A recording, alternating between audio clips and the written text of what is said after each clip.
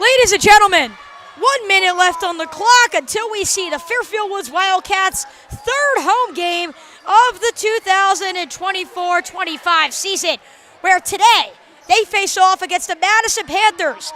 They lost to them in the first game of the season, but it will be Fairfield Woods looking to rebound. Let's go to a quick 30-second break before we announce the starters from Bannock Pavilion. I'm Chase Coburn.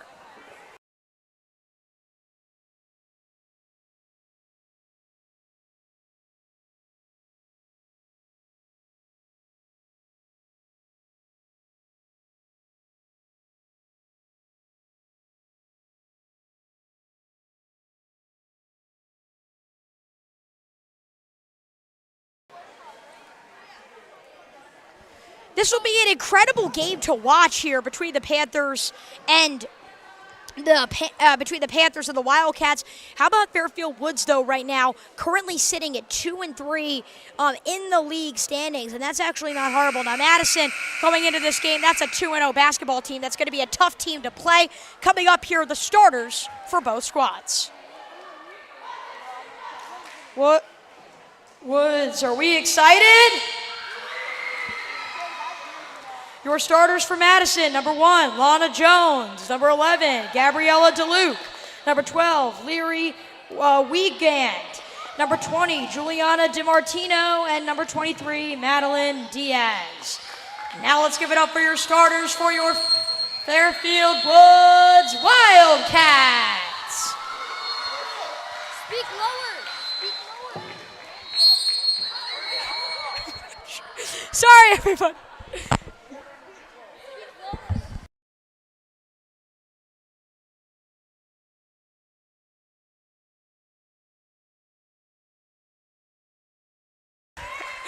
So sorry, folks, for those technical difficulties.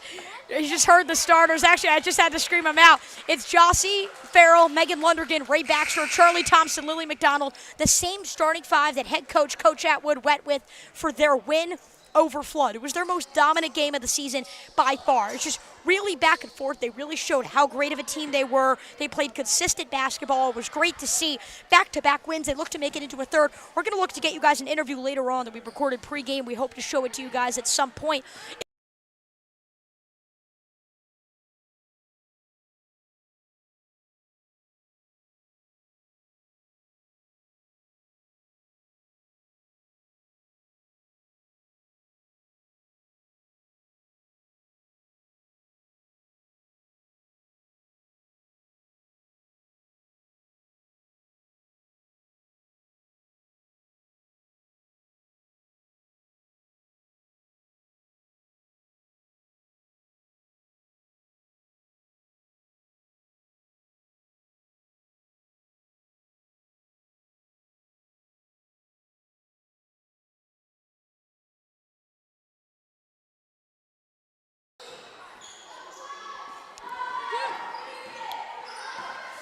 Last game, she had 3 rebounds for Fairfield Woods against Flood, so she grabs her first of the game there for Fairfield Woods. 7:20, that's 40 seconds in to this first quarter of action. Still no score from Fairfield Woods. Shout out to our scoreboard person, Nathan Van Dorp, giving you your live scoreboard updates on the screen. And shout out to an incredible stat team led by Justin Otashi, Aiden McDell, and Ian Van Dorp for keeping track of some of these stats for us mid-game. We really appreciate them. Jossie to inbound for the Cats. It's McDonald open. Some great defense on the other end from Flood. Megan just drives it and puts it in. She led the team in scoring last game with 13 points. She tacks on 2 right there. 1 minute into this game, and the Cats lead early. And the ball will go right back over to Fairfield Woods. You want to talk about defense? I mean, that is honestly what Megan and Jossie did so well in that last game. Megan Lundergan had 7 steals and Jossie had 3. It makes Jossie's 3 steals don't look as impressive, but that's still an incredible number. I mean, if you do that every single game, you're going to be considered one of the top defensive players in the county. And then you see Megan with 7 steals, and Woods just really found their groove defensively. It's Jossie then on the offensive end. It feels like Jossie's great defensively, but it just feels like offensively is where she finds most of her success. It's where she's found most of her success in all 3 of her years here for Woods, 6th, 7th, and 8th grade. She's led the team in scoring thus far. She had 11 last game, so another great total. We know what she could do. She's at the line here. The first one is good, and the second one rolls off for perhaps the most dominant offensive playmaker on the team. Up the court now, it's DeLuke. She gets it out, Jones. Lundergan biting off, kind of forcing Jones to shoot. Instead, she passes it away. It's Diaz. Great defense from Lundergan. It deflects right in. Excuse me, from McDonald. It deflects into Lundergan's hands. Charlie Thompson's shot rolls away. She was not able to get her first points at home for Fairfield Woods in her Woods career. She had so many great looks yesterday, Thompson. There, Woods forces another turnover for Flood, and Thompson and the Cats offense will get another chance to work their magic.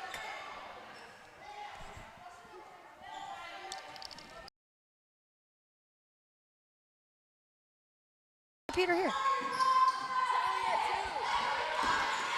Jossie just loses it. I spoke to her last game. She said the press has been the biggest thing that's given the Wildcats issues. They make up for it there, but just a turnover, and that's something that Flood they didn't make those adjustments. That's been what has killed Fairfield Woods so far this season. It's been the press. We'll see it right now. Coach Atwood said the answer is for your guards to lead. It's to pass the basketball, as Jossie said. It's just something this team really wants to work on, and you see they get it up court there. Jossie loses the basketball, but they say off of a Flood defender in DeLuke, so it will stay the Wildcats' way. Just under 2 minutes in, they look like they stack it up here from kind of the midsection between the basket and the half-court line, and just nothing doing there. Jossie tries to find Thompson, and nothing works there. But Jossie trying to make up for it defensively. She does with the steal. She has Megan right with her. Lundergan attacks and puts it in. What a great play by Jossie Farrell, getting it up to Lundergan. A 5-0 start for Madison, for Woods against Madison. It's been a common theme. They got off to a 6-0 start against Jockey Hollow. They got off to a 16-2 start in their last game against Flood. Flood, never really looked back after that. Just the game was pretty much over once Woods generated that lead. We see another play today. What a play from Jossie to Megan. And the Cats are up 5-0. We got to shout out this fan base at lunch today. Mr. Robinson said any fans who come, we'll get you a free ice cream voucher at the cafeteria. And when you tell kids, 1, they get to watch a great game of basketball as we're seeing right now, and then 2, they get free food on top of it. Free dessert at that. They're going to say yes. The crowd noise definitely coming into play. Both shots at the free throw line are missed for Flood, for Madison. And just like Flood did, the Panthers are struggling to get points early in this game.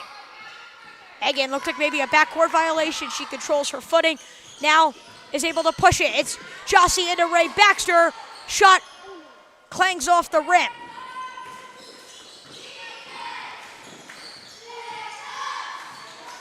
See the cheerleaders here. They haven't been here in a few games, so it's great to see them at this contest. They get it out, Lana Jones.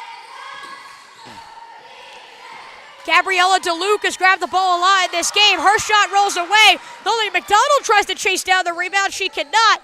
Things slow down here for Lily Wiegand.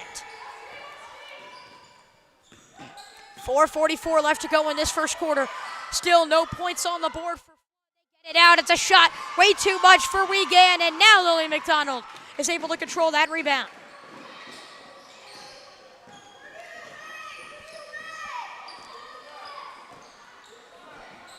Jossie going down low. Megan calling for a screen up high. Neither really develop. It goes off Ray, but they say staying Fairfield Woods' way. Wiegand got a hand of it towards the end. It's actually kind of shocking. Well, obviously, it's worked off the inbound, but I'm kind of shocked of how clearly the play wasn't followed there. I'm kind of shocked as to how Jossie is the inbounder, because we see another turnover there. It feels like Jossie's lateral movement coupled with her shooting ability, she'd be a great person to get the ball off an inbound. Instead, she's passing it, so maybe we'll see an adjustment there after multiple turnovers off of the inbound. It's Lana Jones to drive in, and she'll have 2 free throws for the Panthers. 3 minutes and 50 seconds into this quarter, that being the first quarter, and Jones looks to tack on the first points of the day for her group. And it's just been great to see Woods get off to this start, considering one, how things started at 0-3, and then number two, how Fairfield Woods has managed to, again, just come back after the slow start, but then also they're going against a really good Madison team right now, and it's a 5-1 score in favor of the Cats. And we're almost halfway into the first quarter.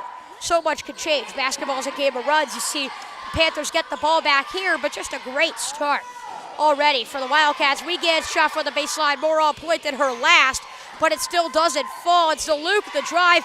Ray Baxter just tries to control the rebound. She does. A jump ball possession arrow pointing with the Panthers, so the Wildcats will have to watch it stay right near their sidelines, and the Panthers will get another chance to cash in buckets.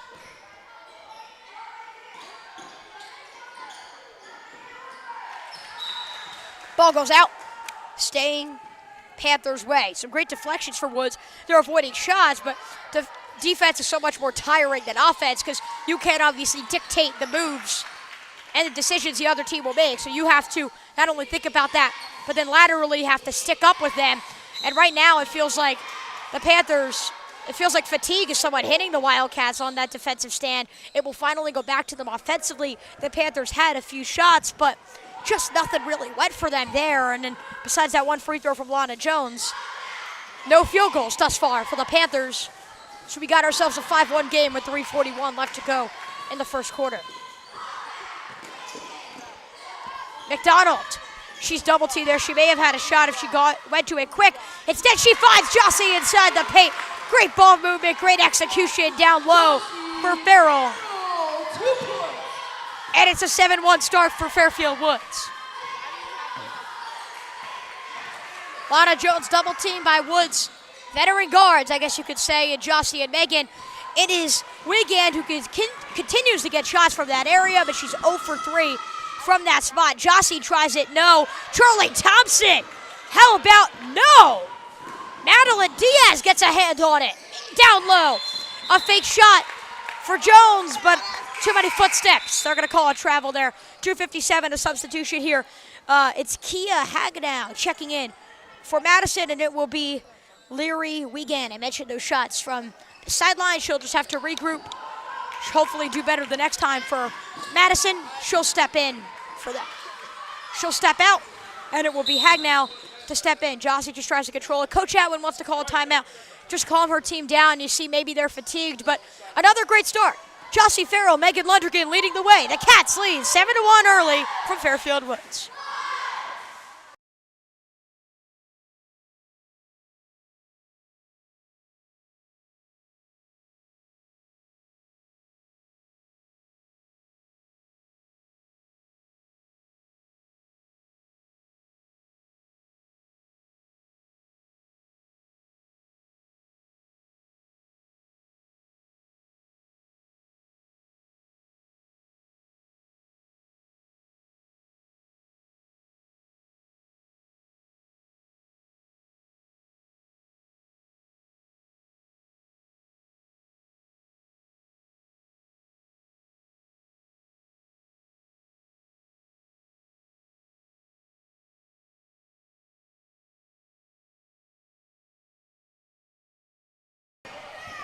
We're back from Fairfield Woods. It's Megan working with Jossie off the inbound. That's been the story on offense, just Megan and Jossie. Now it looks like the Megan show.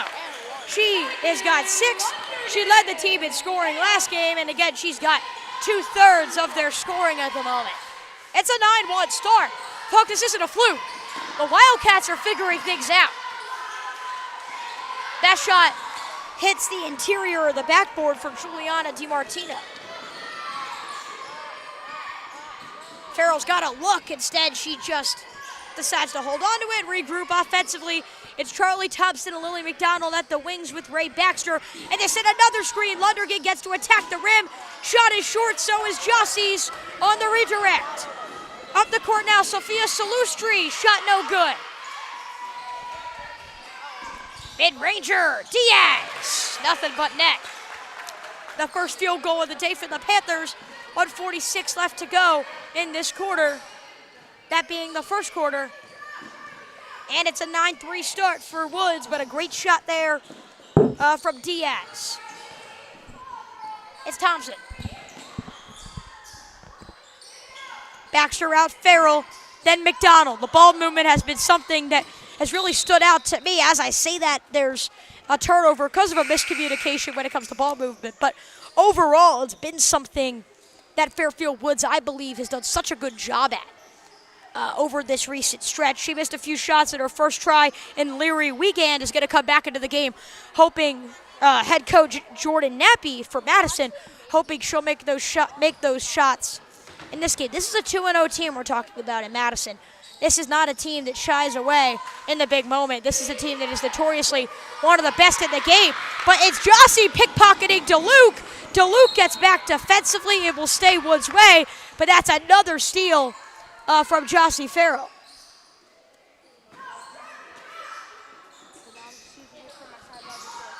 They try to get it. It is Ray Baxter off the inbound.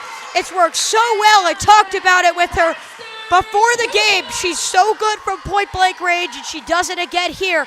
And how do you like this? A sprained wrist. It appeared she was on the IR. And right now it's Taylor Vroman at the scores table for Fairfield Woods. But an attack. And the second time around, her second stint in the game, it's Wiegand to get some points for Woods. 2 points and a free throw incoming.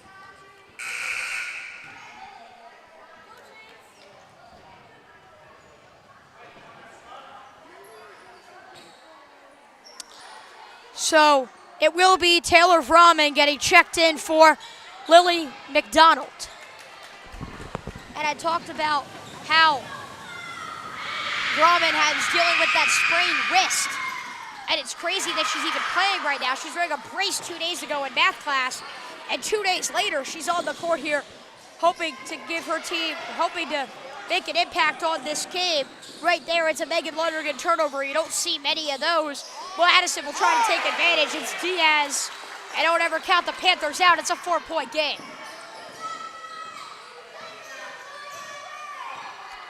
T-minus 23 seconds left to go in this first quarter. Lundergan creating some space. She doesn't want to try the three. Instead, she gets it to Taylor, and she travels on the pass. And clearly questioning the call with the referee, but she's not going to say much. You do see her wearing that brace, though. You have to wonder how much is going to affect her. How well can you dribble with a brace?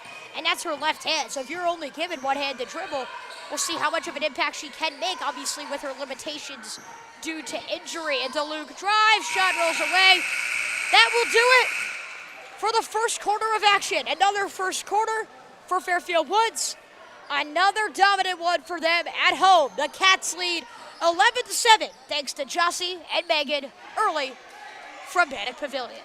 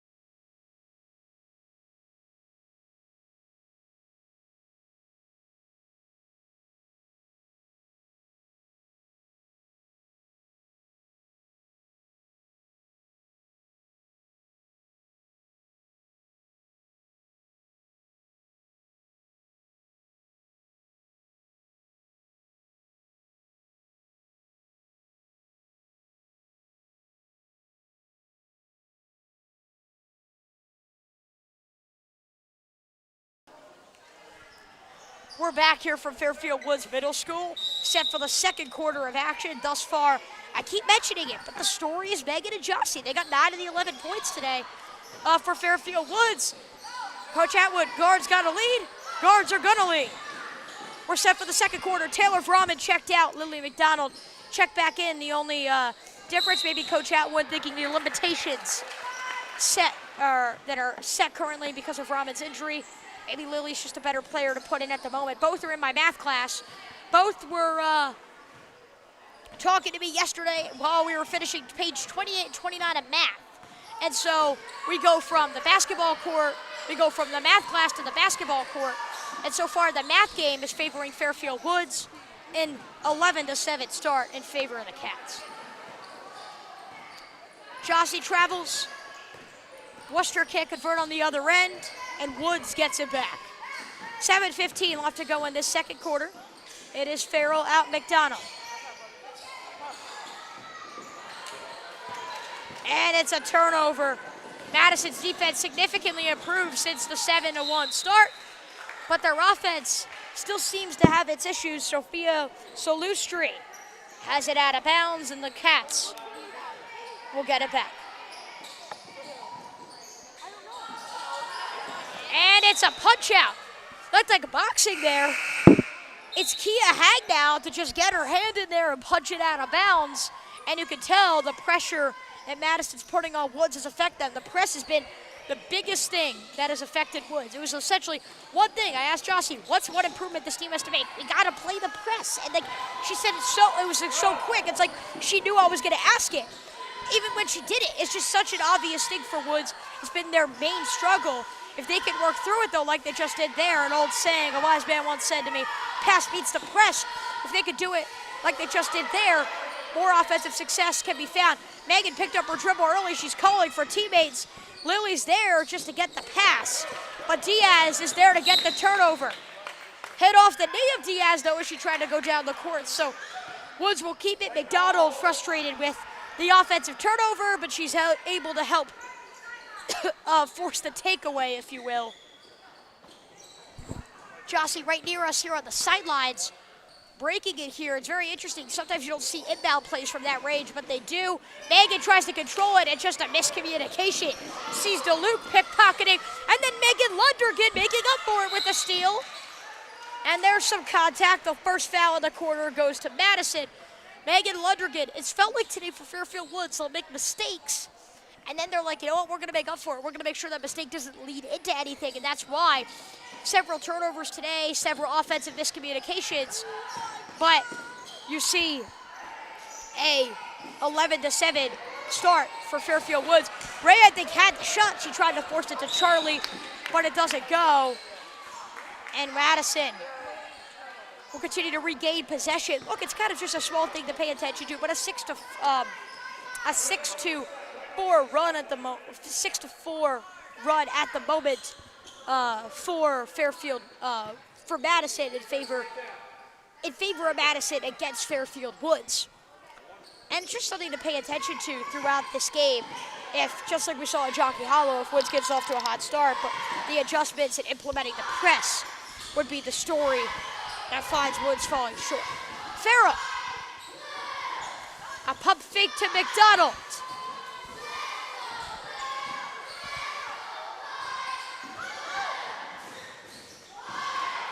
A pass into the middle of nowhere.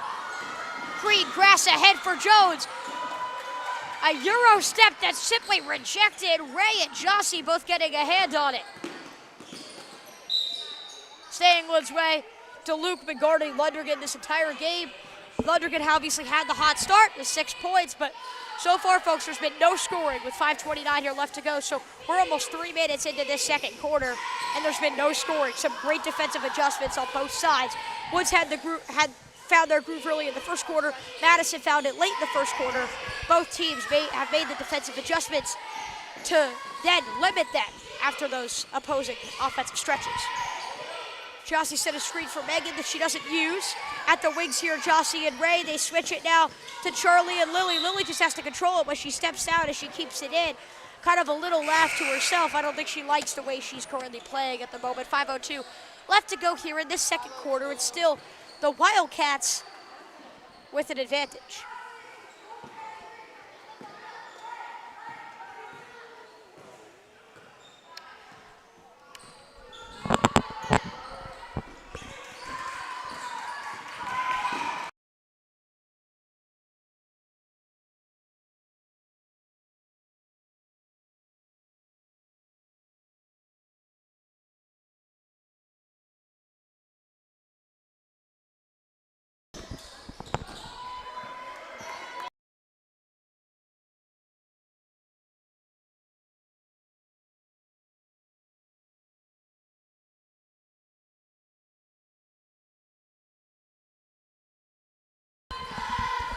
Ladies and gentlemen, we're back.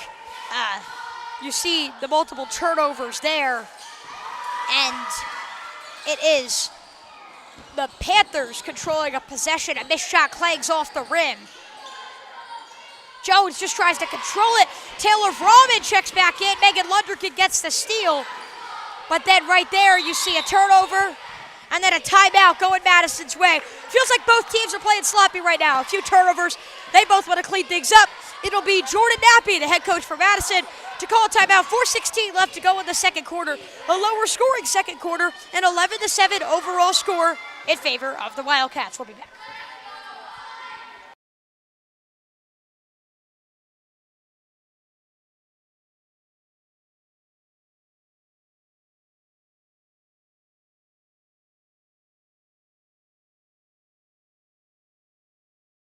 Now, pronunciation is better than speed.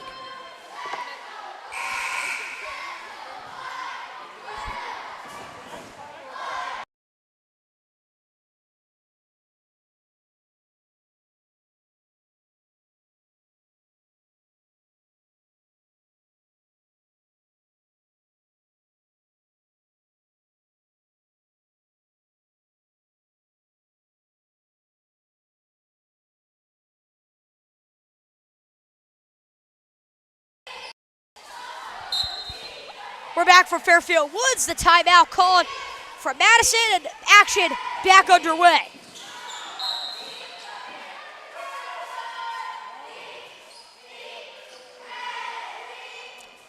Foul goes on Vrooman on the ground.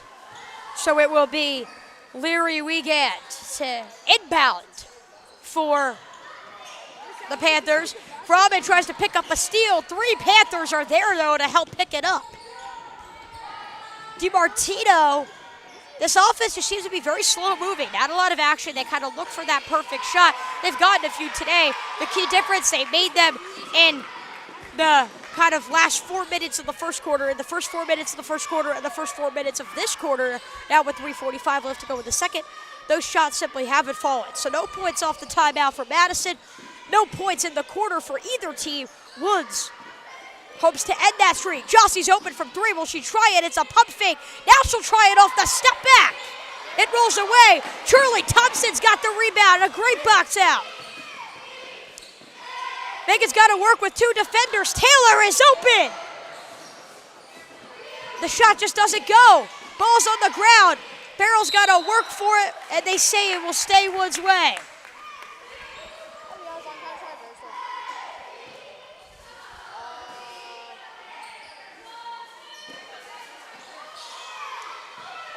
Lundergan, 3:10 left to go in this second quarter. Again, no points this quarter. It's been a defensive game. Honestly, it started an offensive game. Now it's been a defensive game until just ended there. And who else but Megan Lundergan to end the streak. 13-7 Wildcats. The lead is back to 6. Ball's on the ground. We continue to see the ball on the ground. Megan comes away with it again. Thompson has to give it back. There's the backcourt violation. Coach Atwood's trying to communicate that Charlie never had control. I don't think she really loves the call there at that moment. But there's not much she can do, as it will be the Panthers to receive it with 2:34 left to go in this quarter. It's funny, Lana Jones has been the primary ball handler, but she hasn't exactly been the primary source of offense either.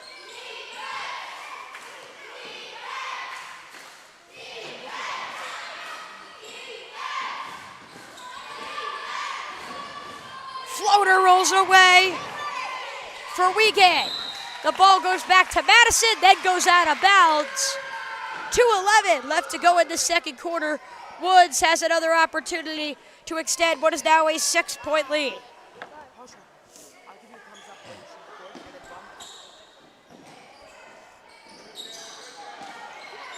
Taylor Vrooman.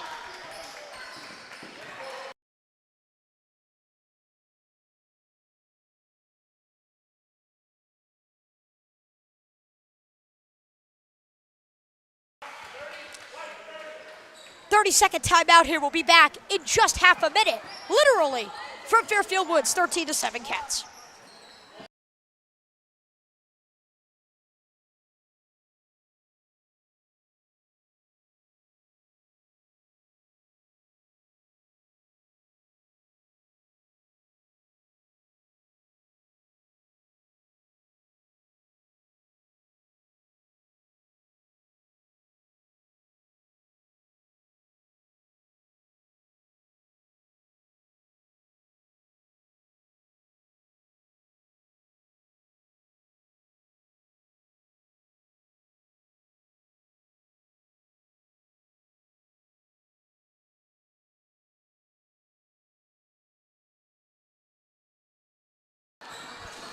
We return from Fairfield Woods after the 30-second break. Jossie gets it over to Megan. That where she was right there for the free throw line is where the only points have been scored. Just from number 5 in white, the ball goes out of bounds.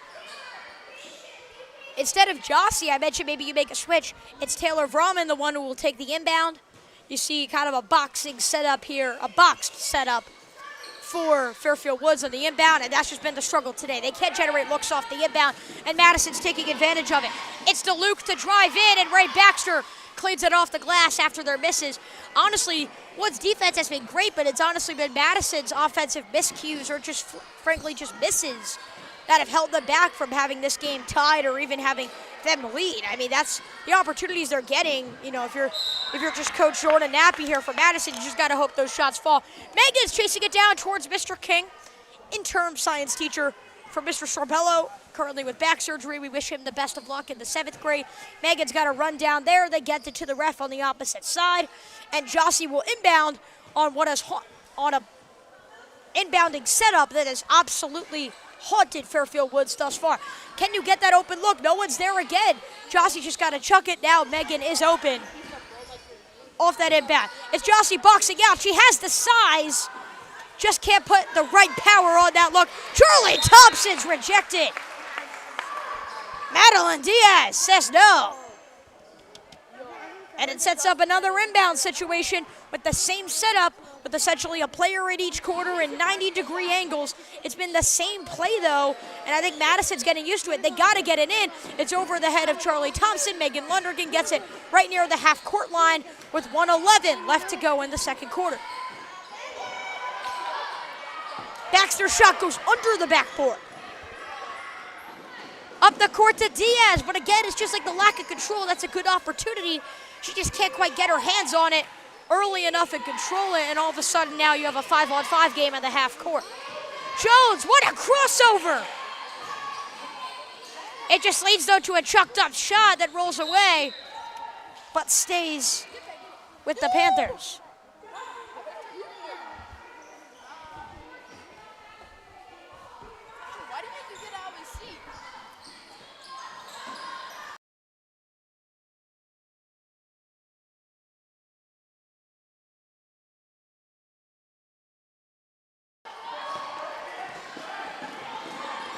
Lundergan attacks and just has to slow it down.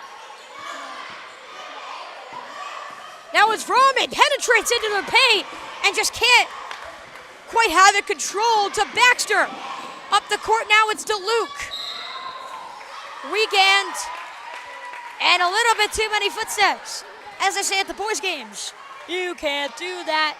With the little chant, you guys don't like it? Maybe you do. You can't do that. 16 seconds left in the quarter, an opportunity for Fairfield Woods to work some magic. They get it into Jossie. 14 seconds. Farrell just tries to get it by a sea of Panthers defenders. They do, but Ray Baxter, just like we saw in an earlier play for Madison, just can't quite get her hands on there and get the proper control, like an NFL receiver trying to get a reception with the feet in bounds. Just many complicated steps to get there. 5 seconds. Hold on, they're going to stop this because the clock was running while the ball rolled. That should save them time, so theoretically they would have had how much time was on there. I think that would have been 9 seconds on the clock Instead, it was ticking down to 4. They are going to bring it back to 9. But now if you're Coach Atwood in the squad, don't you kind of want to press here, maybe force a turnover, or at least force them to have it take longer for them to get above half court. They don't, and they're just going to let it roll again. Rahman brings a little bit of pressure toward the half court. Now with 7 seconds, Jones just tries one. Rims away, Jossie, 2 seconds, 1 second. She's not going to chuck it. Just play smart, dribbles it out. That does it for the first half, folks. We had 18 total points between these two teams in the first period, and we had 6 in the second. We'll be back for our halftime report from Fairfield Woods Middle School. A lead for the Wildcats, 13-7 after 2 quarters.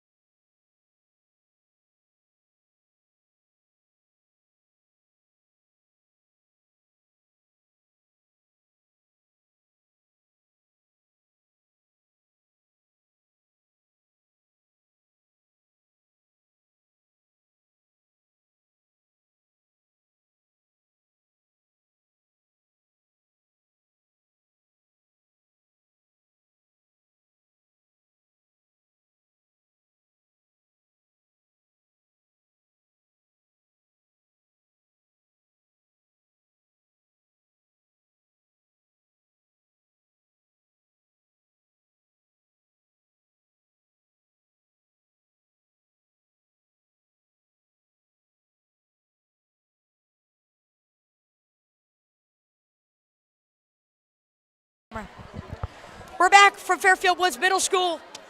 Set for the second half of action, a 13-7 start for Fairfield Woods. The story has even just gone away from the Megan and Jossie show. It's simply been the Megan Lundergan show. 2 points were scored in that quarter for the Fairfield Woods Wildcats and for the Panthers too. Just combined in that second quarter, there were 2 points scored, and both of them came from Megan on a field goal, kind of in the mid-range territory.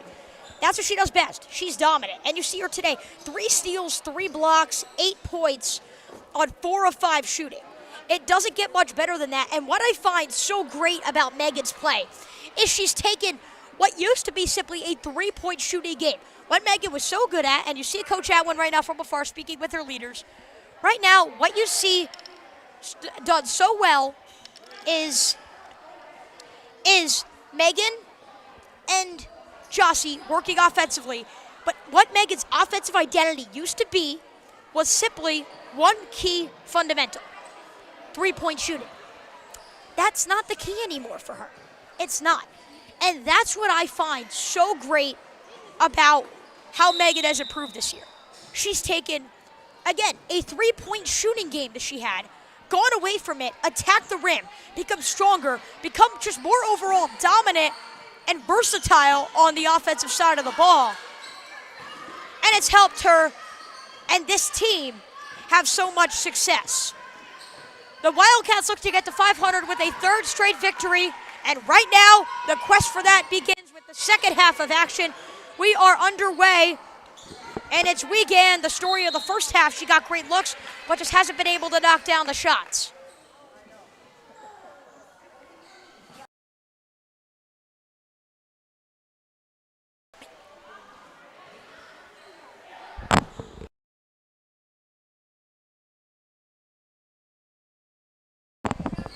Three-point shot off the inbound. But the backdoor shot goes in. Julia DiMartino, the one to get the rebound and the score. It's Madison's first point since the end of the first quarter, and it's a 4-point game.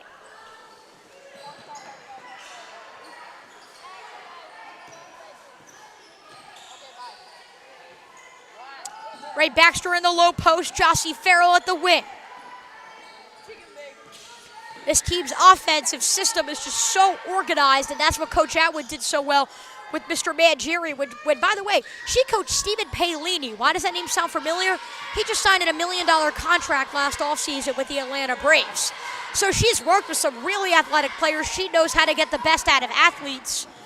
And right now, you're seeing that her offensive system is so organized. It works so well.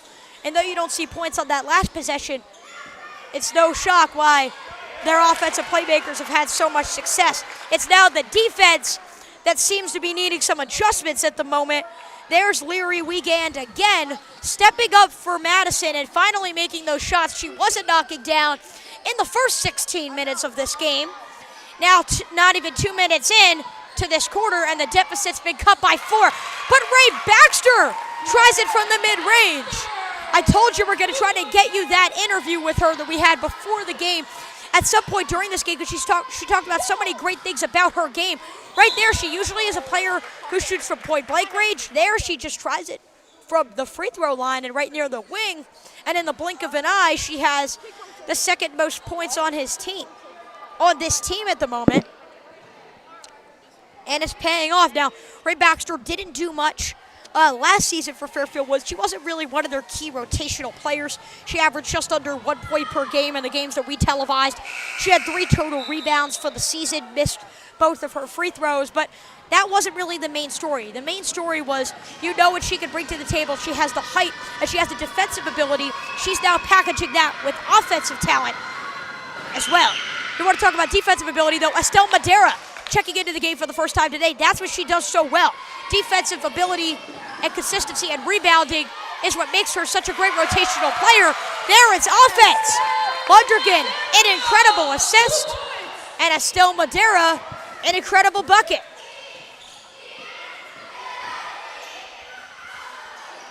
Three-point shot is good on the wing.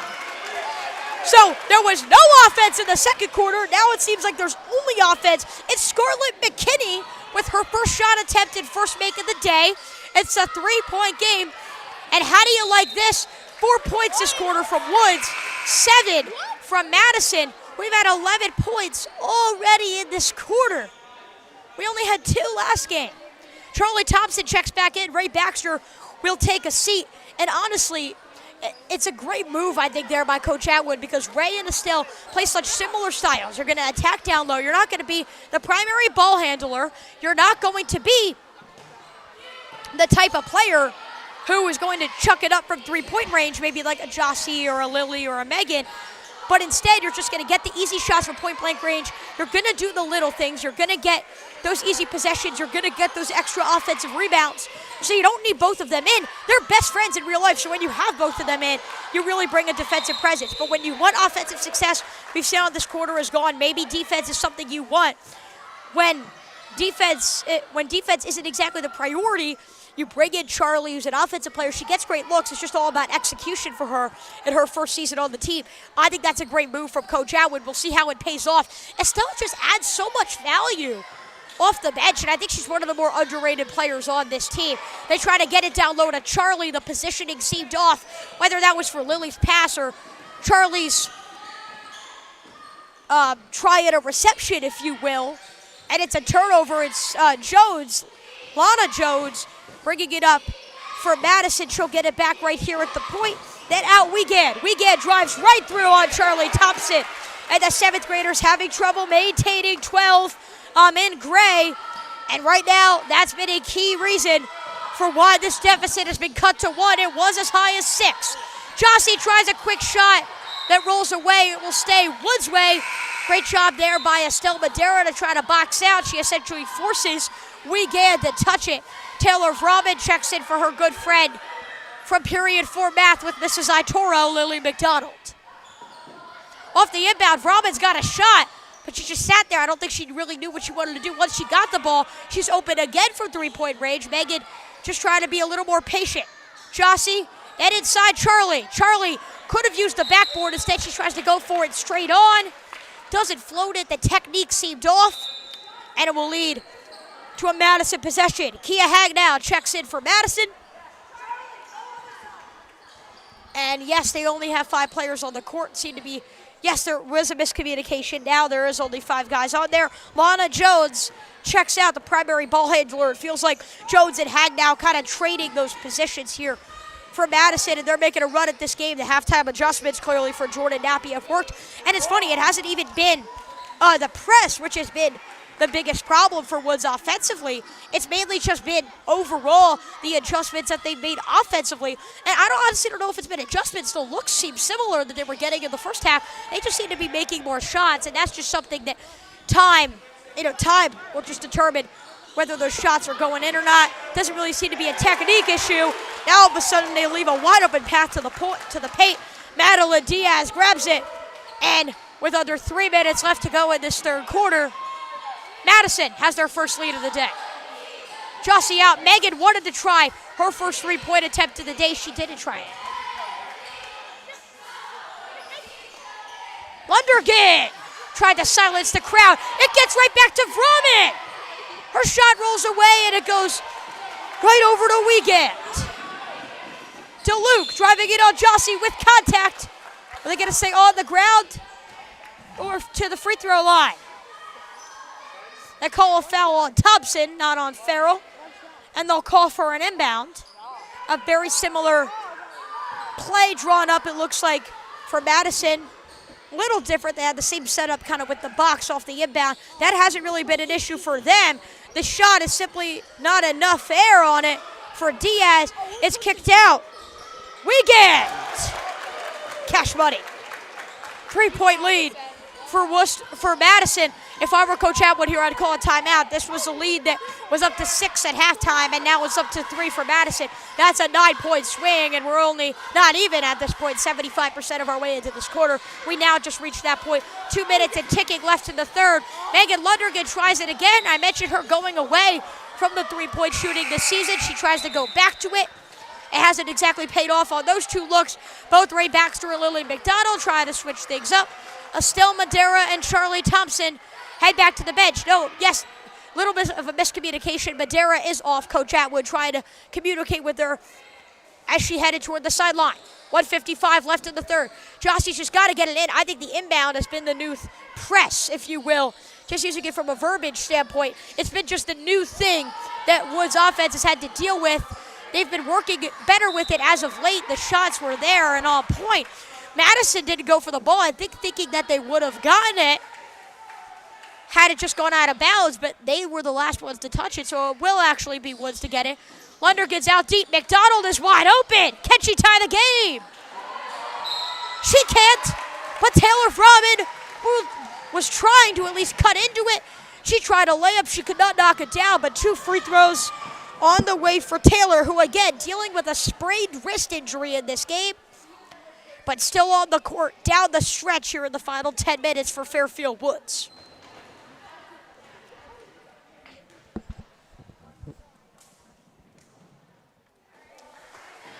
First one rolls away. We know what Taylor Froman can bring to the table. She's played FBA travel previously before she came here to Fairfield Woods. She started playing basketball in 5th grade, so only 3 years ago, and so far paid off for her. She really loves playing, and she just loves the heart that she brings to the game and the abilities that she could bring to the table. Her season goal this year was simply to make good plays. She made a great play to get to the free throw line. She just couldn't knock down those free throws last year from that range. She didn't make any free throws last year in the televised games that we had. She doesn't make them here. Wiegand. Shot just doesn't have enough air on it. She was trying to look at whether her foot was over the line. That was something we noticed a lot of in the Woods flood game this past Monday. Lundergan just lets it go out of bounds. I think she was trying to make sure her foot was behind the line for a three-point shot, and it kind of messed with her technique.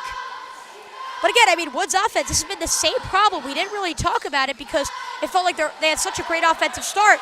You see another miscommunication and difficulty there.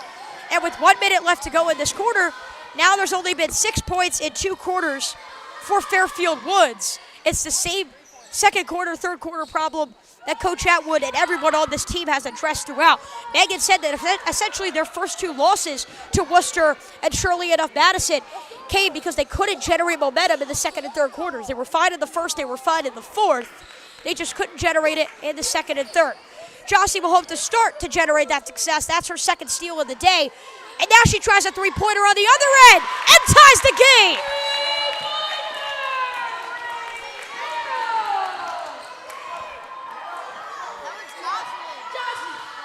Jossie Farrell, the one to grab those points. And then she tries to get another steal. It's Taylor Froman to take advantage of it. Ball on the ground, going Woods' way. We've seen a complete momentum shifter from this audience, from this crowd, and from this team. And tie game at 20 apiece.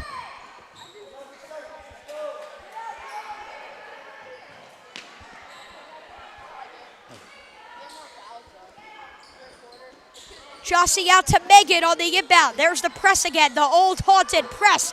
Can Jossie get it up? She's trying to do it herself. You can see she's struggling to get there. Now it's finally starting to give Woods some trouble. I don't know if there's a backcourt violation rule. They call it right there. And that will actually, no, excuse me, that will be the end of the first quarter from Fairfield Woods. So things weren't exactly going well at times, but a steal and a three-pointer, a defensive and offensive play from Jossie Farrell leads to an incredible bucket for Fairfield Woods. Before we get to you with the fourth and most likely final quarter of action from the Fairfield Woods Middle School YouTube channel, let's go to a new member of our crew, Justin Otashi, sideline report on the way. Let's hear it.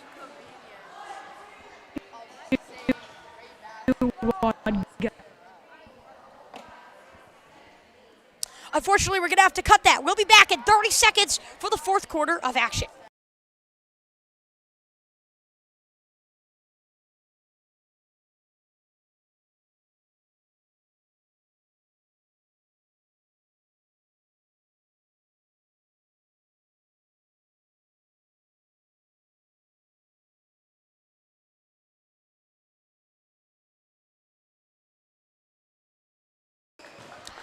We're back from Fairfield Woods Middle School today, and it's the Wildcats coming out of the huddle with a little bit more momentum. They look for a third consecutive victory And everyone at this school, we're seeing a much more packed section. Now, Mr. Robinson did offer a free ice cream voucher for everyone who came, but we also just see that they're here to support their team. They're here to support the crowd, players, students, boys and girls from all grades, even teachers, men and women from all grades, here to support their students and the Woods community.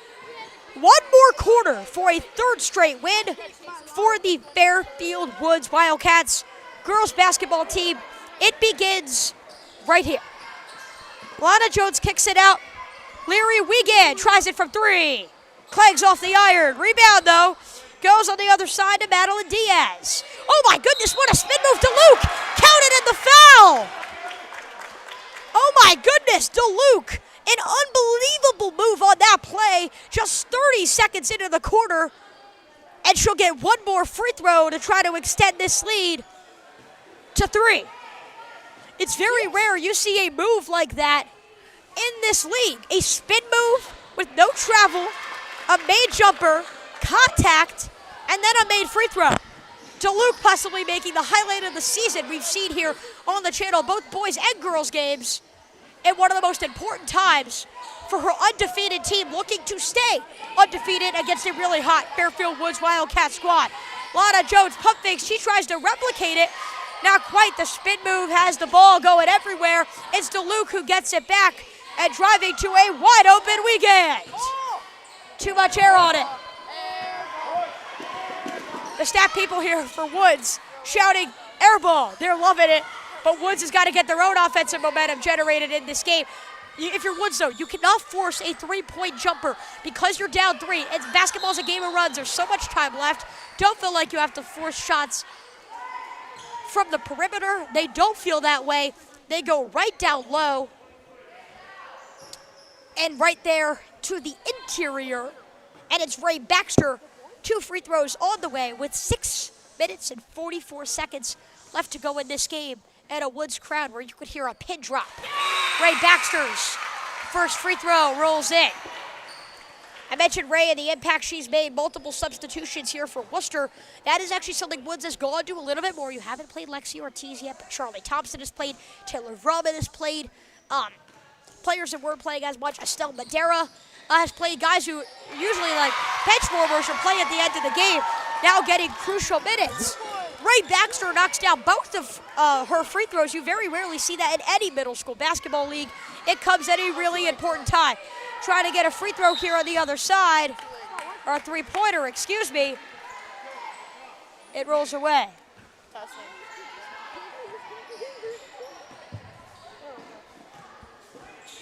It will go Woods' way. A little over a minute and 30 seconds into this quarter. Woods is only down one. What a pass! Lundergan to Taylor Vrooman, and the Wildcats regain their lead. Jossie giving Megan a little high five and a smile there. What a play. Lundergan taking the game into her own hands, and Vrooman is executing on the play. Three-pointer. They say a travel. It would have been a three-pointer. That's a crucial turn of events. Had that shot would have gone in for Kia Hagnow, we'll never know, as the shot didn't go up before they called the travel. So it's Jossie inbounding it to Megan. And I think Megan wanted to give it right back to Jossie, but instead Farrell finds her spot on the left wing. They get it right back to her. Will she try the three? She won't. They'll get it right back to Lundergan looking over the chessboard. Then it is McDonald trying to get it back. That one would have been to Baxter. Instead, it's a turnover, a drive, and a rolling. Sophia Solustri hasn't played much time, but she's been productive in that time. Multiple field goals for her today. Madison has regained the lead. We got you guys a very good game here with 5:30 left in the quarter. Lundergan's shot, a little too much. But as I just said, we got you guys a really, really good game that could go down to the wire. And heck, basketball fans would love this. Could even go to overtime. That would be a lot of fun. 5:28 left to go here in this quarter. It'll be a 30-second timeout for Jordan Nappy, head coach of Madison, to regroup. A one-point game. It is anyone's game from D'Angelo Court. We'll be back.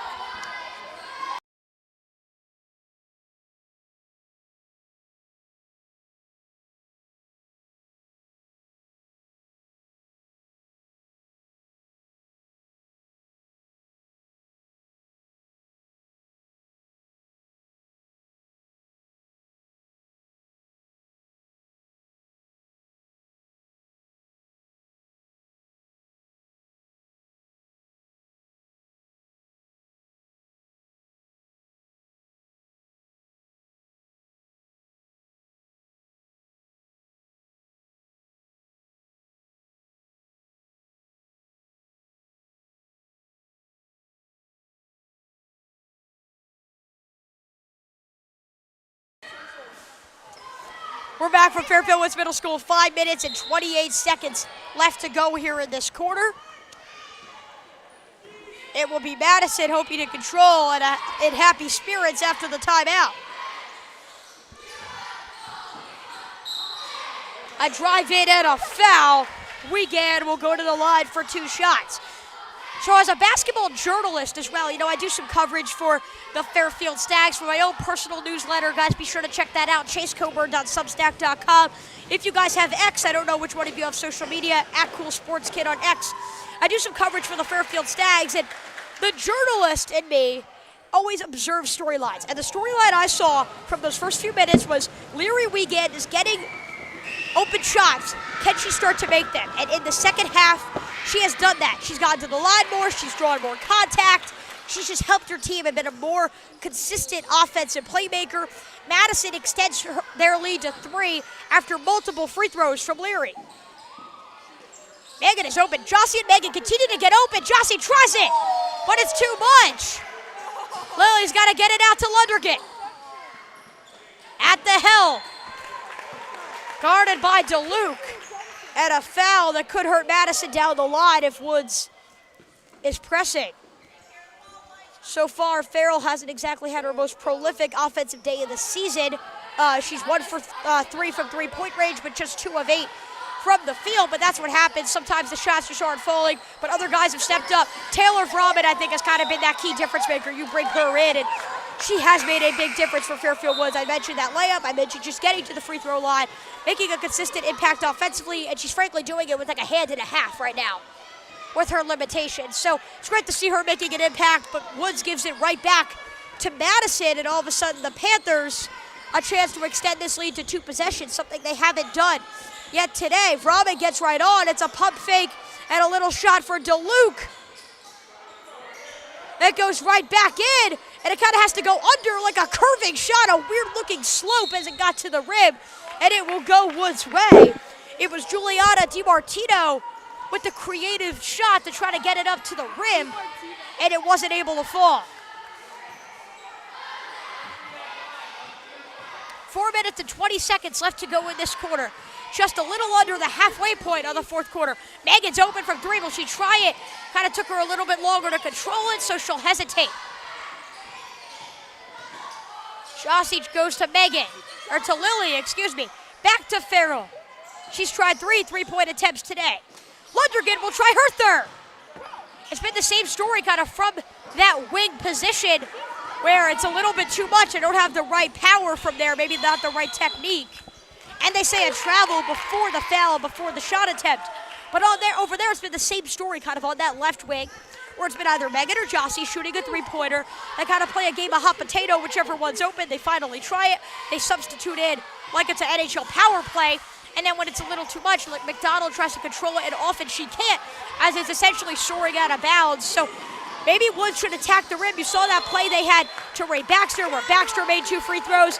You saw the play where Lundergan got into Vromman, one of the best plays of the day. Stuff like that is what you want to see.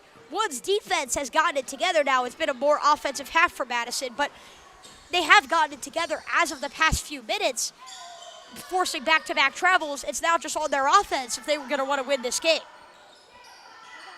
I mentioned Lundergan attacking the paint, too, in the first half. Maybe try that. McDonald from that area, and it ripped off. Our snap people really wanting these 3-point shots to fall. They're encouraging for them to try to go there and try the shots. They have tried them. They're just not falling. T-minus 180 seconds left to go here in the 4th and most likely final quarter of action. From Fairfield Woods, Jossie tries to pickpocket on the steal. Madeline Diaz has to kick it out for a quick drive with the right hand. Ray Baxter tries to grab it. Instead, it's Leary Wiegand out from the wing. Farrell tries to control the rebound, but just gets a few fingers on it and can't control it. It will go right back to Madison. Timeout, Coach Atwood. Maybe to try to get some different offensive plays in there. Maybe on ways to fix your technique. Right now, Woods seems to have the opportunities. They're just maybe not converting on the little things. 2:39 left to go in the 4th. 27-24, Madison.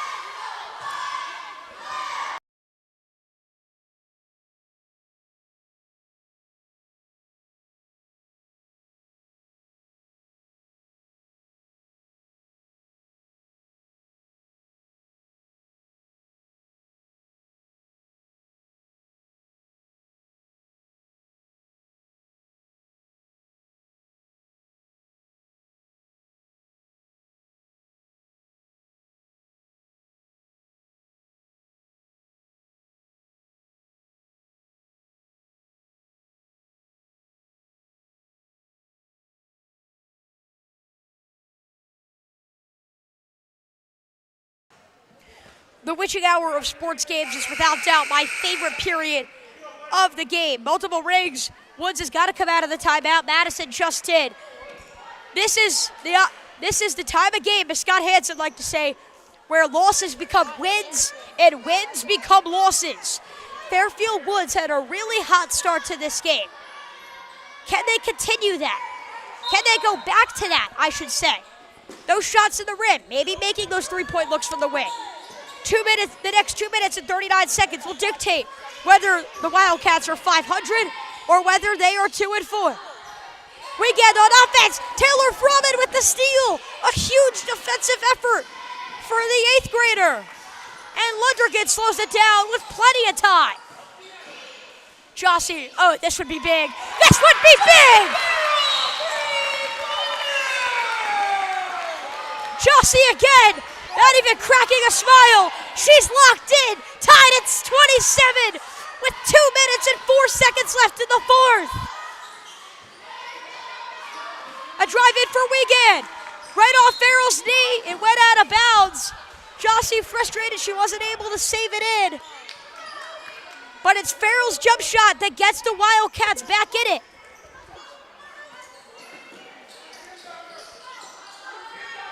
Honestly, outside of that second quarter, it's been an offensive game. Shot it soaring away. Lily McDonald may have gotten a hand on it, but they say the last hand on it was from Gabriella DeLuke. And I love the stat keepers here. Woods fans chanting air ball after every air ball. It goes out of bounds. And with under 2 minutes left, Woods has got a shot. That is if they beat the press. That's always been an issue for their offense. Madison going back to that for Jordan Nappy's squad. Jossie gets it up to Megan, and then this is where the offense slows it down. Once you can get past the press, then you can slow down the offensive game plan. This is what works best. Farrell's made 2 threes today. Do they go back to her? It looked like she was open, but they call it a legal screen there. Baxter illegally opening the space for Lundergan to find Farrell, and Coach Atwood is a little concerned about the call. The ref just trying to explain it to Coach Atwood here before we resume play.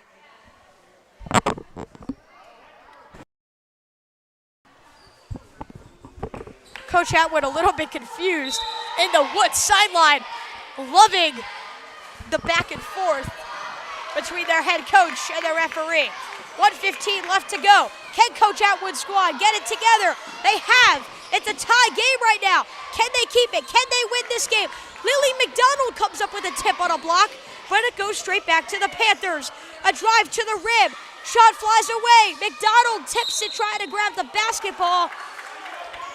And it stays in Woods territory with opportunities for Madison to convert on points.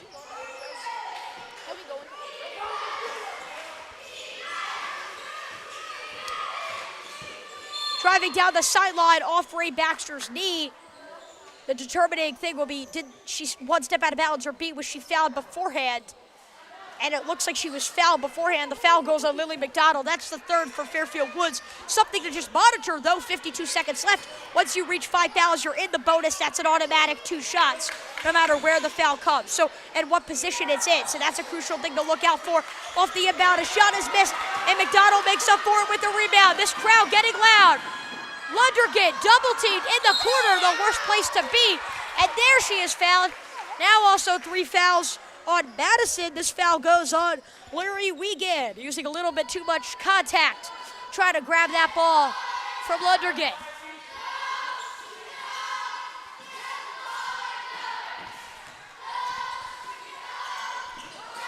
Lundergan attacks. Too much. McDonald had it off the air ball, but she lost it. Timeout, Madison. They're going to regroup. Tie game at 27 with 32 seconds left. What a game we got for you, folks. We will be right back. Don't go anywhere.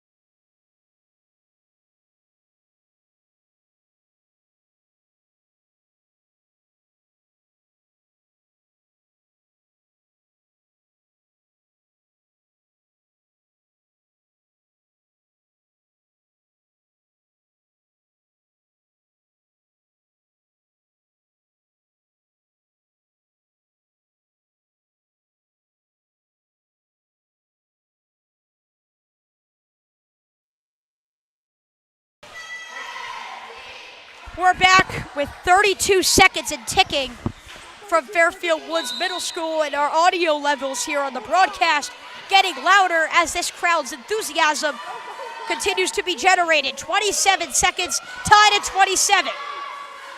Diaz, this would be crucial. Shot is off. A rebound and the ball is stripped. They say no foul. Jossie's just got to control it, and there is contact.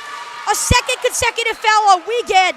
Madeline Diaz got as open as you could get on a three-point look, but she just slightly missed that shot. And now, we're going to start to see this. They're going to trade timeouts. 4 fouls each. Woods has 15 seconds to win this game.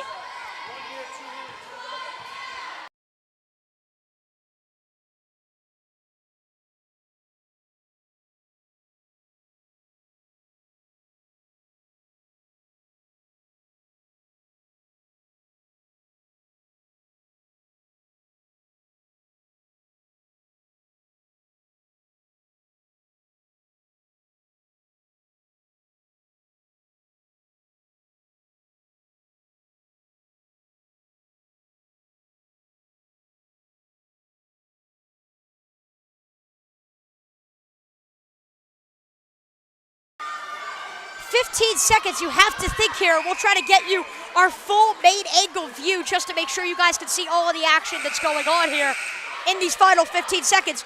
To me, if you're Woods and you're trying to get a final game-winning shot, I would go here to Jossie or Megan. Those are your two offensive players. If a look is generated inside to Ray or Taylor, be sure to go to them. But if it's going to be on the perimeter, Megan and Jossie are the players to go to. They first got to get it up court. Madison's press has been suffocating all afternoon.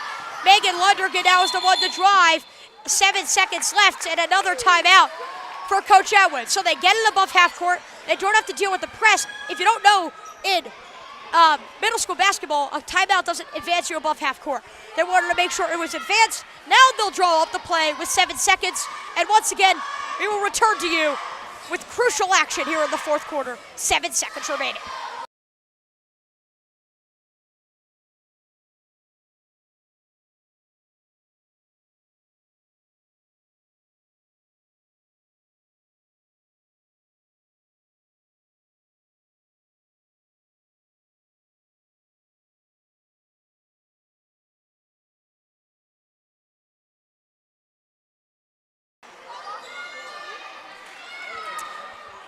Ladies and gentlemen, 7 seconds. I mentioned the witching hour in the final minutes where losses become wins and wins become losses. This final 7 seconds could literally determine with a tied game a win and a loss. Jossie's jumping up and down, excited. A stack for Fairfield Woods in order of Baxter, Froman, McDonald, and Lundergan. 5 seconds, 4 seconds. They just gotta go. Lundergan, 2 seconds, just chucks one up, and it doesn't go. So an extra period will be needed to decide this epic clash between Fairfield Woods and between the Madison Panthers. We'll be right back for overtime action after Lundergan's miss. We sure got a game for you. Tied at 27 with an overtime period coming up.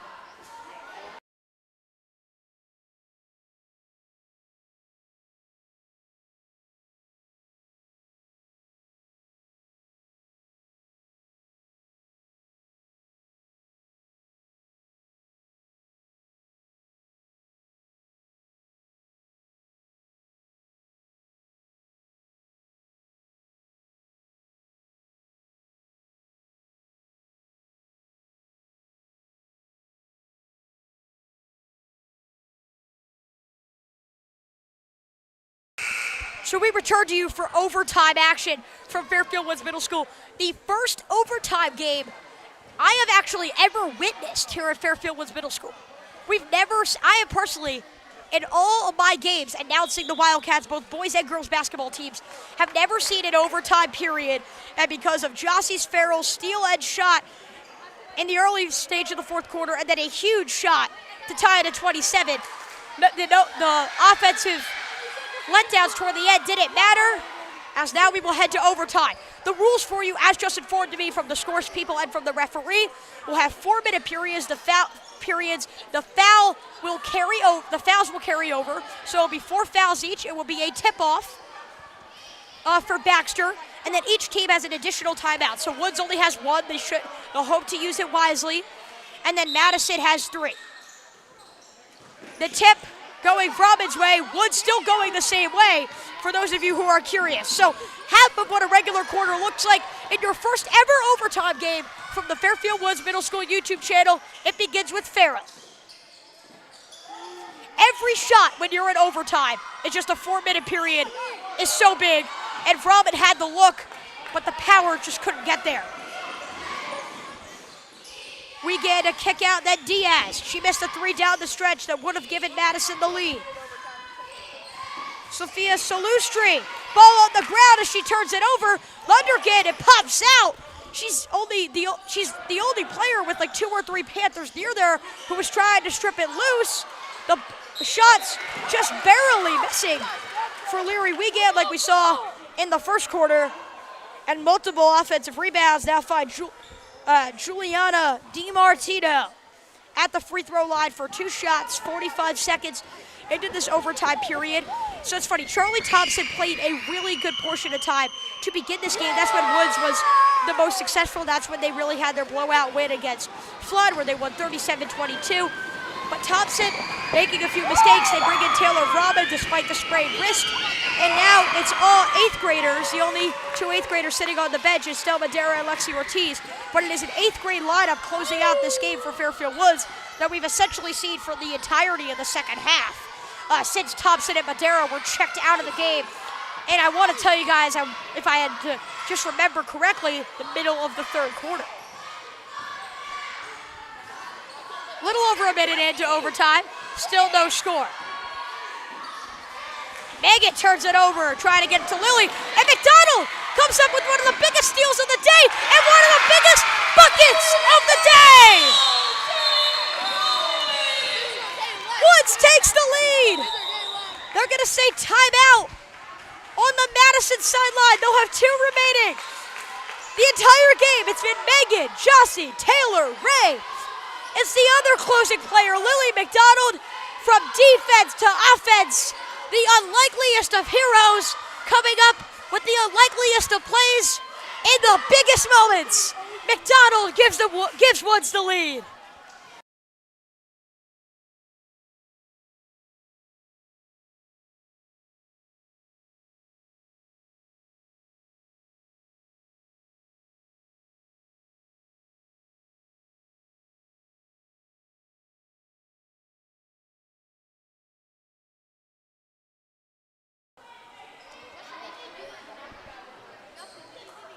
We are back here from Fairfield Woods Middle School. What a play from Lily McDonald. Jossie and Lily literally hugging there with 2:36 left, but Coach Atwood and her coaching staff trying to communicate thoughts to her closing players as they try to close out this game with 2:36 remaining. Again, Lily McDonald comes up with her first home points of the season. She was a bench warmer in her first few seasons. She comes up with the biggest of shots, the biggest of steals, the biggest of shots, in the biggest of times. That shot may have made it and Ward. It went way over the backboard for DiMartino, and Woods will get the basketball. Jossie just looking for someone to inbound the basketball to. It will be Megan with 2:20 left to go in the overtime frame. Robin, a quick screen, that's illegal. It can't kind of push your side towards their. Coach Atwood tried to explain that you got to get set. That's a crucial turnover in a crucial situation. I mean, win, loss, or the saying win, loss, or draw. It can't be a draw. You're not going to tie. This game will go as many overtimes as needed to win this game.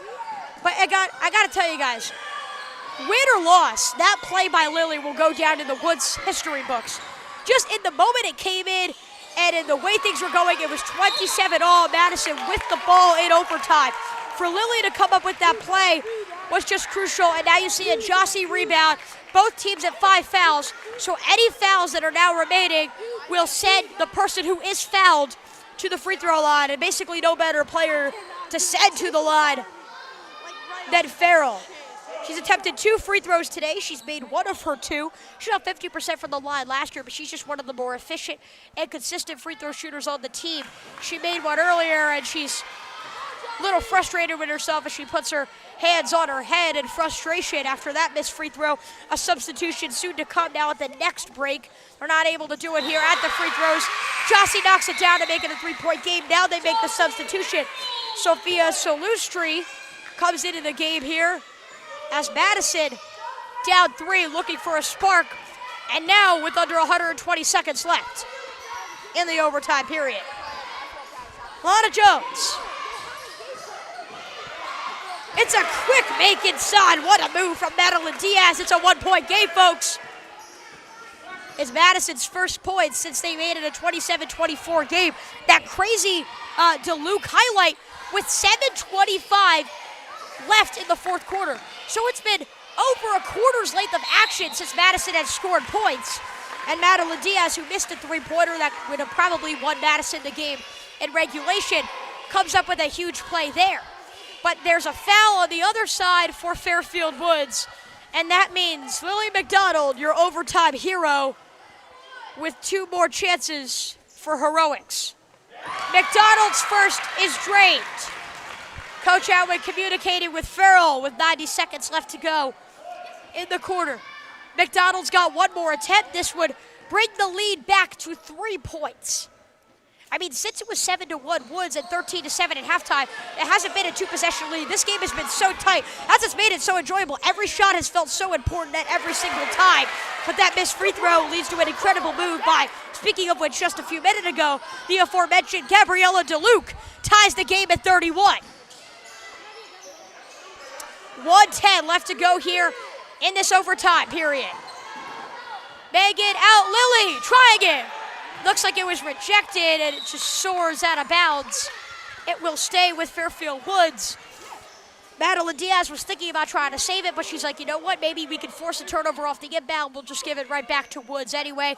McDonald goes far back. Lunder gets wide open from 3-point range. She doesn't take it. She instead drives in, and the layup rolls off.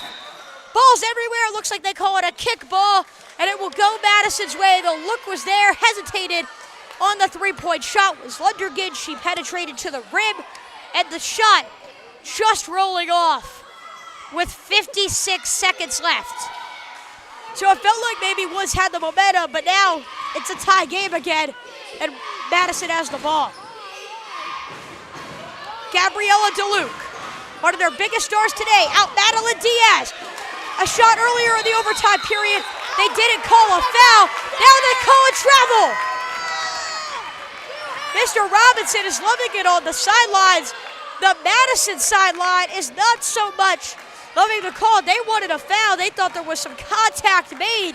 Instead, 40 seconds left for Lundergan and Farrell as they bring it up the court. And this Woods offense to make some things happen.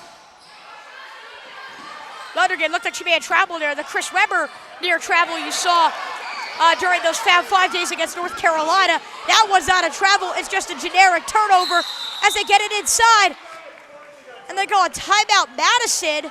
They're kind of lucky there. That shot would have been blocked. It could have been Woods going the other way. 20 seconds for the Panthers to work some magic in Woods territory. We'll be back after this timeout.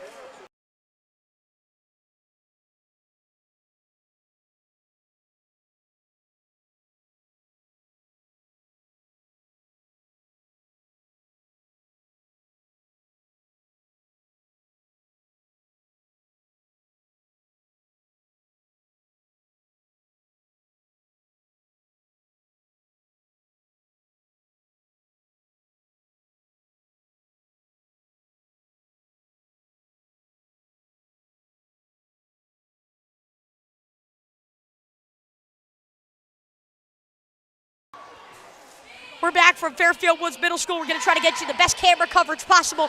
We have 2 side angles, an extra camera when needed, and then we also have a Logitech camera filming you the main coverage of this. We want to let you know that we appreciate all of your support allowing us to make this happen. The coverage, our coverage because of you guys, is so popular, and it allows us to have these angles, get the funding needed for this. So thank you so much, and thank you to Woods and Madison for what has been an entertaining game.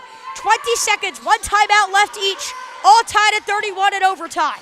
Madeline Diaz, out Sophia Salustri. Lily McDonald on defense. A shot, Jones clangs off, but a put up. Shot is also no good for Salustri. 3 seconds, 2 seconds, Farrell, can she try it? This game won't require 1 overtime. It will require 2. Good, a really good defensive stance from Woods at the end. You can tell their starters are exhausted. We'll get you more coverage. We're not going anywhere. A double overtime to come from Fairfield Woods.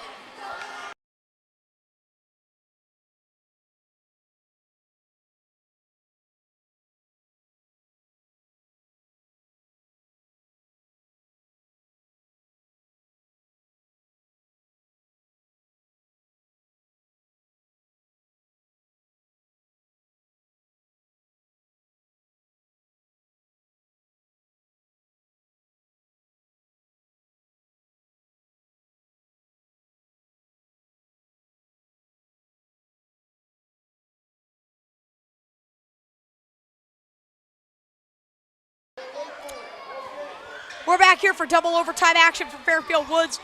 The rules are still the same. Each team gets an additional timeout. I think that's why Coach Atwood didn't call it. Assuming that she wasn't going to be able to do anything offensively, she wanted to have that extra timeout in the bag. So 2 timeouts, believe, for each team. Teams are now in the bonus.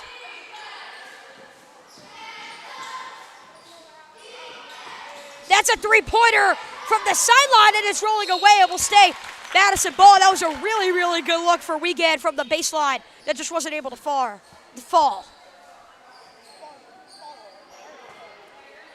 You know, we all make mistakes, folks. When we head to double overtime, we've seen missed shots. We've seen words mess ups. It's just bound to happen when you go to a 6th period. Can you believe this guy's double overtime? And it's Lana Jones, who shot that 3-pointer. Instead, it's a rebound, and then it's a foul on the ground. It goes on Taylor Vrumman. So you know what that means. Both teams now in the bonus. So every foul from now on out, the person who has contact drawn on them will have to go to the line for 2 free throws. And that is a good thing. That's not a bad thing for that team, because obviously free throws are easier shots. But 3:32 left in this overtime period. And this shot rolls away for Gabriella DeLuke.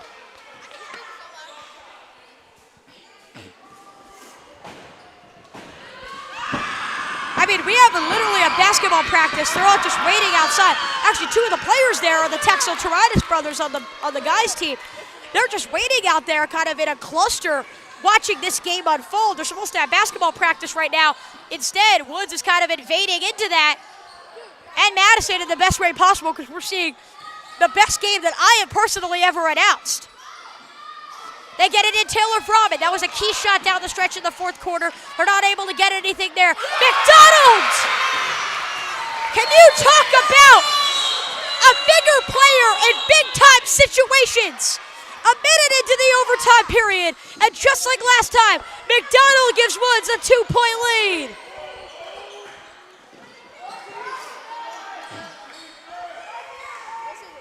Lana Jones on the kick out, Sophia Salustri. Then it's Leary Wiegand. 33-31, 2:30 left in the overtime period. The double overtime period. Jones, I think she took a few steps too many. They're not going to call a travel on that. So they're going to say 33-33 as we reach the 2-minute left mark, if you will, or just the 2-minute mark in general of this double overtime period. We're all tied. Jossie was open from 3. Megan couldn't find her. Now they do find Jossie, but the defense was ready for her. Lundergan, a penetration inside. Steps back, tries a 3. Got it! Megan Lundergan, trifecta! Woods leads by 3. Now it's back and forth offense. How do you like that? 1:44 left. Wiegand driving in off the side of the backboard. If you're Woods here, slow it down. As I should my voice. I want you guys to understand me here. Slow everything down. You have the lead. You have the momentum. Make sure this is all controlled. Megan out to Jossie. Lily's open on the opposite wing. Jossie can't find her. Instead, she keeps it and takes the game into her own hands. Merrill's got 12 points. Woods leads by 5. It's the largest deficit since halftime.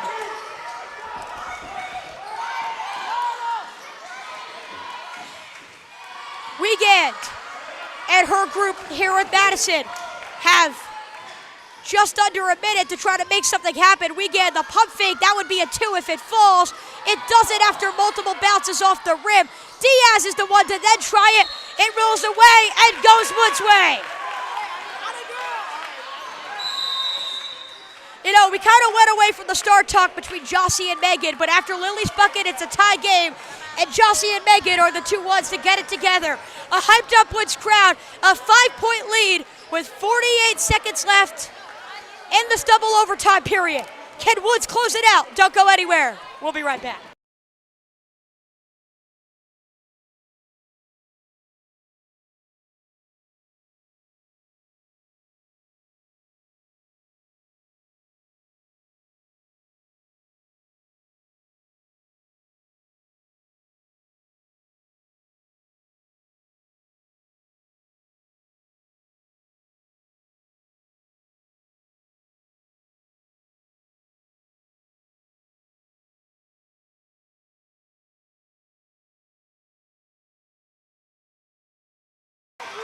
Again, we kind of talked about it or spoke about it earlier. I really want to give a lot of props to the behind-the-scenes crew here at the FWMS Broadcast Club, RF Kapoor in the studio. Incredible people on camera work. I gave a shout-out to the stat people earlier, the scoreboard people. The work that they do cannot go unnoticed. This has been perhaps our best overall stream in our 3 years broadcasting games. We appreciate you sticking with us through some technical difficulties in previous games. But there seems to be no difficulties for anything right now. Jossie gets it in. Lily, it's too much, though. Now there's the difficulty. There's the press. Madison's not going away with 40 seconds left. Jones tries a three-pointer from the point. Oh, my goodness, don't go anywhere. Woods is only up 2. Lily has to control it this time. They get it to Jossie, and there's the foul. Jones trying to play aggressive and get the steal, but now under 30 seconds left. You said perhaps Woods' most prolific shooter down the stretch, and Jossie Farrell to the free throw line. Now she's 2 of 4 from there today. It's not her area of expertise, if you will, but she can extend this lead to 2 possessions with 2 made free throws. That would be key after the turnover turn three-pointer from Jones to cut the deficit to 2. The first one can't fall. Seems to be a recurring pattern for Jossie. The first ones don't fall. The second ones have fallen at a higher rate than they have the first free throws. We'll see if that pattern, or that trend, I should say, continues. Neither of them fall. Jossie's now 2 of 6 from the charity stripe today. 25 seconds, and Madison's has hope. Wiegand for the lead. Unbelievable. That shot would have given them the lead. It just rims off, as have most of her shots today. That one's almost turned over. McDonald gets it into Solinsky. And now it's a timeout, Madison. What's going on here for Woods? The ball movement, everything seems sharp. And now Jossie's reaction just says it all. This game is anyone's game. Madison has a shot with 10 seconds left in double overtime. Do not go anywhere. We will return in just a minute.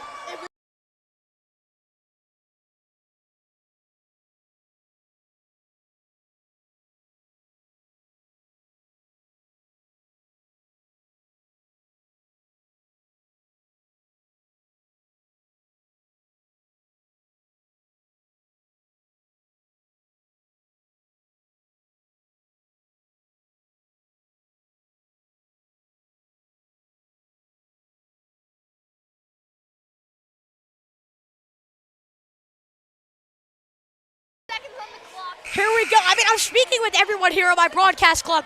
The last thing the broadcast club wants is a 2-pointer. Not that we don't love doing this, but at 5:32 on a school day, We just all want to get home at this point. And I think Woods does too. But it brings up the question. Madison struggled at times today on the road. Woods is dominated at the beginning of overtime periods. Do you want to continue to go into an overtime period with Woods? Or do you say, you know what? Let's go for a 3. Let's try to end this now. That must have been the conversation Jordan Nappy, the head coach for Madison, must have had at the break. 9 seconds and ticking. Madison's got hope. Jones, 4 seconds, 3 seconds. She's just got to attempt the shot. Great defense. She chucks it. No, are they going to call a foul? They do not. Woods holds on in a chaotic double overtime win. They played the same players down the stretch. And how about this turnaround? From 0-3 to 3-0 in their last 3 contests. Jossie Farrell, Megan Lundrigan, overtime hero Lily McDonald, and the Fairfield Woods Wildcats have put themselves on the map, made themselves a contender in this county, and shocked the world with a huge double overtime win. They gotta rest. I gotta rest my voice. What a game this has been so far today. Thank you so much. This has been absolutely incredible coverage thus far in this game. We appreciate you guys joining us. Signing off from the Fairfield Woods Middle School YouTube channel. As always, I'm Chase Coburn. Saying so long from Chaos from girls basketball. We'll see you next Wednesday, December 18th for girls basketball, and this coming Monday